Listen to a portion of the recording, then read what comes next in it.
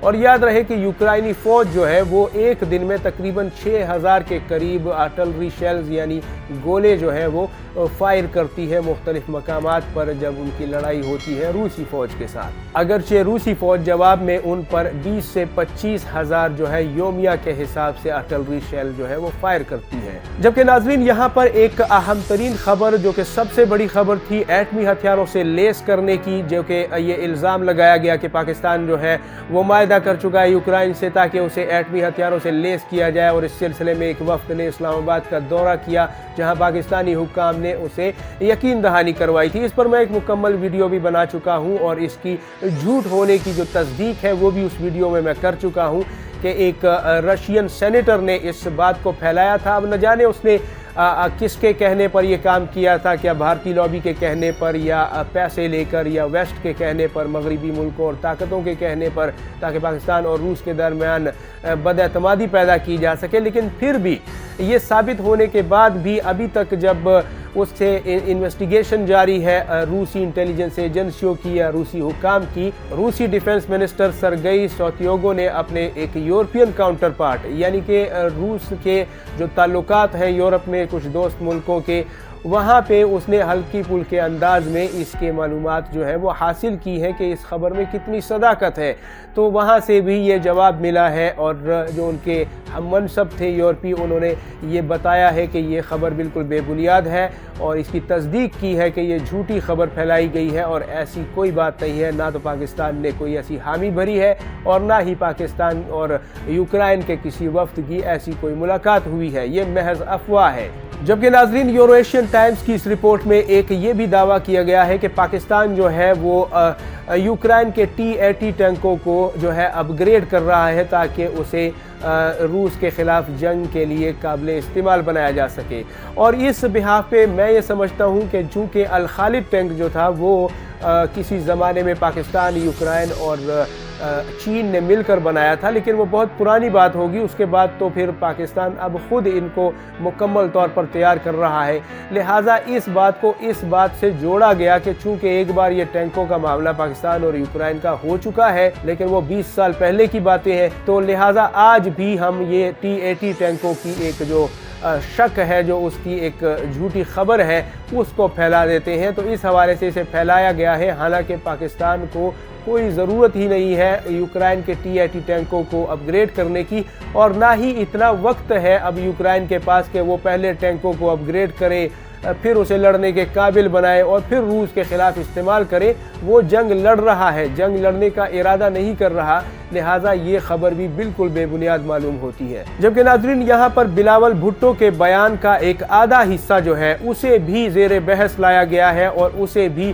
شکوک و شبہات پیدا کرنے کی وجہ بنایا جا رہا ہے۔ میں یہ تو نہیں جانتا کہ اندر کھاتے کیا پالیسی ہوگی پاکستان کی، لیکن جس کا اظہار ہو رہا ہے وہ اس بیان میں یہ ہے کہ بلاول بھٹو سے جب سوال کیا گیا کہ روس اور یوکرائن کی جنگ کو آپ کیسا دیکھتے ہیں اور پاکستان کو کہاں پہ آپ کھڑا دیکھ رہے ہیں، تو انہوں نے جواب دیا کہ جناب پاکستان مختلف جنگوں کا حصہ بن کر بہت سی زحمتیں اٹھا چکا ہے، اور اب ہمارے اپنی ہی ملک میں جو پریشانیاں ہیں وہ اتنی زیادہ ہیں کہ ہم اس کے متحمل نہیں ہو سکتے کہ ہم اب کسی ملک کے ساتھ کسی لڑائی میں فریق بنے، لہٰذا ہم غیر جانبدار ہیں، البتہ ہماری ہمدردیاں، یعنی یہ جو حصہ ہے اس بیان کا کہ البتہ ہماری ہمدردیاں یوکرائنی عوام کے ساتھ ہیں، تو اس حصے کو ثبوت بنا کے یا دلیل بنا کے مختلف الزامات کے ساتھ نفی کیا جا رہا ہے تاکہ لوگوں کو یقین دلایا جا سکے کہ پاکستان اگر ہمدردیوں کی بات کر رہا ہے تو وہ ہمدردیاں شاید یہ ہیں، اور ساتھ ہی ساتھ یہ بھی بتایا جا رہا ہے کہ پاکستان اور روس کے درمیان چونکہ ناراضگی پیدا ہو چکی ہے اور خدا نخواستہ اب تعلقات خراب ہو چکے ہیں، لہٰذا روس نے جو ہے پاکستان کو تیل فراہم کرنے یا مفت میں تیل دینے یا پھر اس قسم کی دیگر مراعات سے ہاتھ کھینچ لیا ہے اور صاف صاف انکار کر دیا ہے۔ اگرچہ پاکستانی حکومت نے اس کی کوئی تصدیق نہیں کی، روسی حکومت اور ان کے جو اعلیٰ ٹاپ لیول کے آفیشلز ہیں انہوں نے بھی اس کی کوئی تصدیق نہیں کی، لیکن ناظرین اب سوال یہ پیدا ہوتا ہے کہ آخر اس قسم کے الزامات یا یہ افواہیں یا یہ پروپیگنڈے کیوں کیے جا رہے ہیں۔ میں پچھلی ایک ویڈیو میں اس بات پر آپ کی خدمت میں عرض کر چکا ہوں کہ چونکہ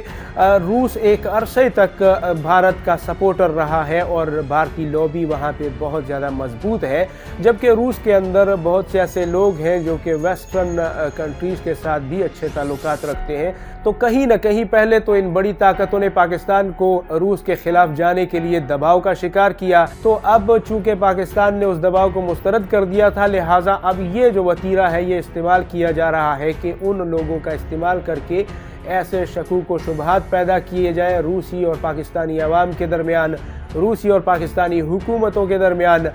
تاکہ اس میں جو تعلقات ہیں وہ آگے نہ بڑھ سکیں، اور بھارتی لابی جو ہے یا پھر دیگر جو ممالک ہیں جو پاکستان کو روس کے ساتھ اچھے تعلقات میں دیکھ نہیں سکتے، انہیں یہ تعلقات ہضم نہیں ہو رہے، وہ ایڑی چوٹی کا زور لگا رہے ہیں، اور یہ بیانات اس کی ایک کڑی ہو سکتے ہیں، یعنی کہ آپ کو مستقبل میں بھی ایسے بیانات سننے کو ضرور ملیں گے۔ دوسری بڑی وجہ جس کو میں عرض کر چکا ہوں کہ چونکہ ایک طبقہ وہاں پہ ایسا بھی ہے روس کے اندر کہ جو یہ سمجھتا ہے کہ افغانستان میں روس اگر ٹوٹا تھا، سوویت یونین ٹوٹ گئی تھی، تو اس کی وجہ پاکستان تھا، پاکستان نے روس کو توڑا تھا افغانستان کے ساتھ مل کر، لہذا کہیں نہ کہیں پہ وہ جو غم و غصہ ہے، وہ درد ہے یا وہ انتہا پسندی ہے، وہ روس میں ایک مخصوص مگر چھوٹے طبقے کے دل و دماغ میں پایا جاتا ہے، کیونکہ انہیں یہ سمجھنا ہوگا کہ اب وقت بدل رہا ہے، دنیا بدل رہی ہے اور شفٹنگ آف پاور شروع ہو چکی ہے، اور ایسے حالات میں پاکستان اور روس کے تعلقات نہ صرف ان دونوں ملکوں کے لیے